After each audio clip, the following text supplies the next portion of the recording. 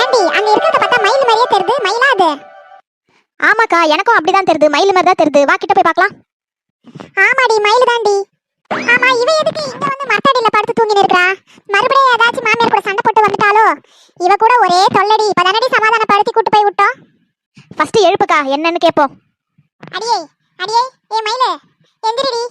என்ன இப்படி படுத்துன்னு இருக்கா? நான் எங்க இருக்கிறேன்? என்னடி பைத்தியம் ஆயிட்டாளா? நான் எங்க இருக்கிறேன்னுலாம் கேக்குறா. ஃபாரின்ல இருக்கிற. அடியே, என்னடி இங்க வந்து வெயில்ல உட்காந்துன்னு இருக்க? ஏய் மயிலே, என்னாச்சு? மறுபடியும் மாமியார் கிட்ட எதனா சண்டை கிண்ட போட்டியா?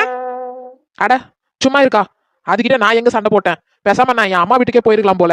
உங்க பேச்சை கேட்டுக்கின்னு சரி அட்ஜஸ்ட் பண்ணலாம் ஒரு வாரம் எப்படியாச்சுன்னு பார்த்தா அது என்ன வேலையா வாங்கி கொள்ளுது. என்ன பேச்சு பேசுது. நேற்று சனிக்கிழமைன்னு தெரியாம முட்டையெல்லாம் வேக வச்சு கறி குழம்பெல்லாம் வச்சுட்டேன் ஒரு ஆர்வத்துல. பார்த்தா சனிக்கிழமை உனக்கு அறிவு இருக்கா, என்னத்தை படிச்சு கிழிச்சேன்னு சொல்லிட்டு அந்த திட்டுச்சு. மறுபடியும் 2வது வாட்டி சாம்பார் வச்சு பொரியல் வச்சு எல்லா வேலையும் செஞ்சேன். போனா போட்டோன்னு நானும் ரொம்ப அட்ஜஸ்ட் பண்றேன். ஒரு நாளும் அதோட டார்ச்சர் என்னால கொஞ்சம் கூட தாங்க முடியல. வர ரொம்ப ஓவரா போனது. இதுக்கு முன்ன நான் 9 மணி வரைக்கும் தூங்கியிருந்தேன். அப்ப கூட இந்த மாதிரி கொடுமை பண்ணல. இப்ப திருந்தலாம் நினைச்சேன் பத்தியா, அதுதான் என்னோட பெரிய தப்பு போல. என்னால முடியல வேலை செய்யவே. எப்படிதான் நீங்க எல்லாம் செய்றீங்க?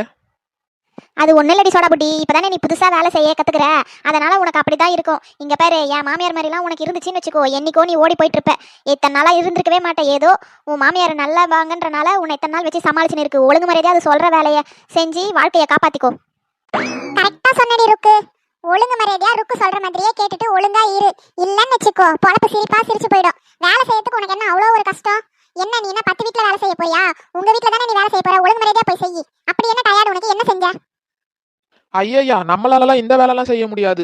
வீடு பெருக்கு, வீடு தொடை, ஃபேன் தொடை, சாமான கழுவு, துணி தோயி, சமைக்கணும். எவ்வளோ வேலை இருக்குது. நம்மளாலலாம் இதெல்லாம் செய்ய முடியாது. நான் பேசாம எங்க அம்மா வீட்டுக்கே போறேன். உங்க பேச்சை கேட்டுட்டு நான் அதுகிட்ட சமாதானம் ஆகி இருக்கலான்னு பார்த்தா ரொம்ப கஷ்டம். என்னால முடியாதுப்பா. சரிடி, அப்போ உங்க அம்மா வீட்டுக்கு நீ போயிடுவ. அப்போ உன் புருஷன்? அவன் வந்தா என் கூட வரட்டும், இல்லையா அவங்க அம்மா கூடயே இருக்கட்டும். நம்மளாலலாம் வேலை செய்ய முடியாது. அக்கா, எவ்வளவு திமிரு பத்தியாக்கா இவளுக்கு. நம்ம போய் அந்த கிழவி கிட்ட இவளுக்காக பேசணும் பத்தியா. எல்லாம் நம்ம பண்ண தப்பு.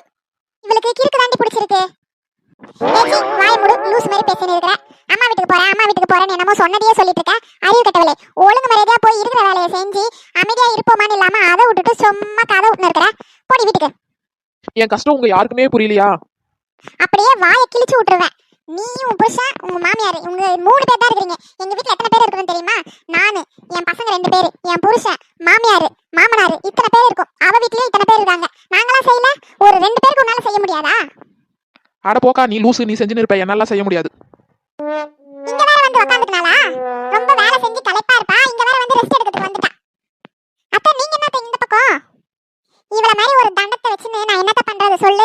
தெரியாம சாப்பாடு செய்யறேன்னு சொல்லிட்டு என்னென்ன பண்ணி வச்சா தெரியுமா இன்னைக்கு கூத்து? சாம்பார்ல உப்பு இல்ல, புளி இல்ல, ஒண்ணுமே கிடையாது.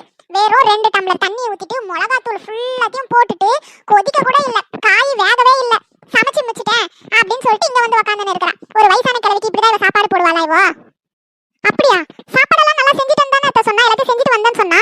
ஏமா, அந்த குழம்ப நீயே போய் வீட்டுல போய் பாரு.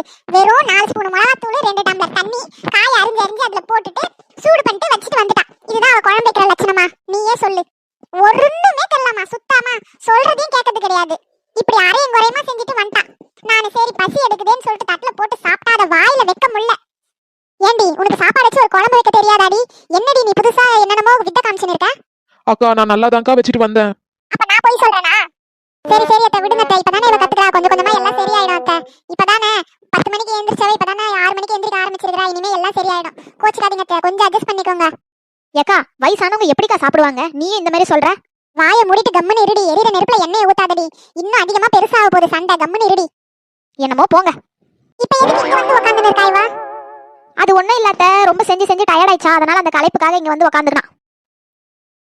வீட்டுக்கு வா, ஃபேன்ல கட்டி தொங்க விடுறேன். நீ செஞ்ச சாம்பாரை உனக்கே ஊத்துறேன் வா. அத்தை, நான் நல்லா தான் அத்தை செஞ்சு வச்சேன். ஏதாச்சும் பேசுனேன் அவ்வளவுதான். சரி சரி அத்தை, நீங்க பாத்து போங்க. நான் எப்படி செய்யணும்னு எல்லாம் சொல்லி தரேன். எல்லாம் என் தலை எழுத்து. ஏண்டி, ஒரு குழம்பு வைக்க தெரியாதாடி உனக்கு? நல்லா அழுவ கத்துன்னு இருக்க. அக்கா, நான் நல்லா தான்க்கா வச்சுட்டு வந்தேன். இந்த கிழவி தான்க்கா மிளகாத்தூள் வாரி போட்டுட்டு இருக்கோம். நான் நல்லா வச்சுட்டு சாப்பிட்டு பார்த்தேன்க்கா. நல்லா டேஸ்டா இருந்துச்சுக்கா. இங்க பாரு, நீ வைக்கிற குழம்பு பத்தி எனக்கு தெரியும். சரியா? சும்மா கதை சொல்லாத. ஒழுங்கு மரியாதையா போய் யூடியூப்ல எவ்வளவு வருது பார்த்து செய்யற. இல்லன்னு வச்சுக்கோ, அதுக்கப்புறம் நான் சப்போர்ட்டுக்குலாம் நான் வந்து நிக்க மாட்டேன். போ முதல்ல.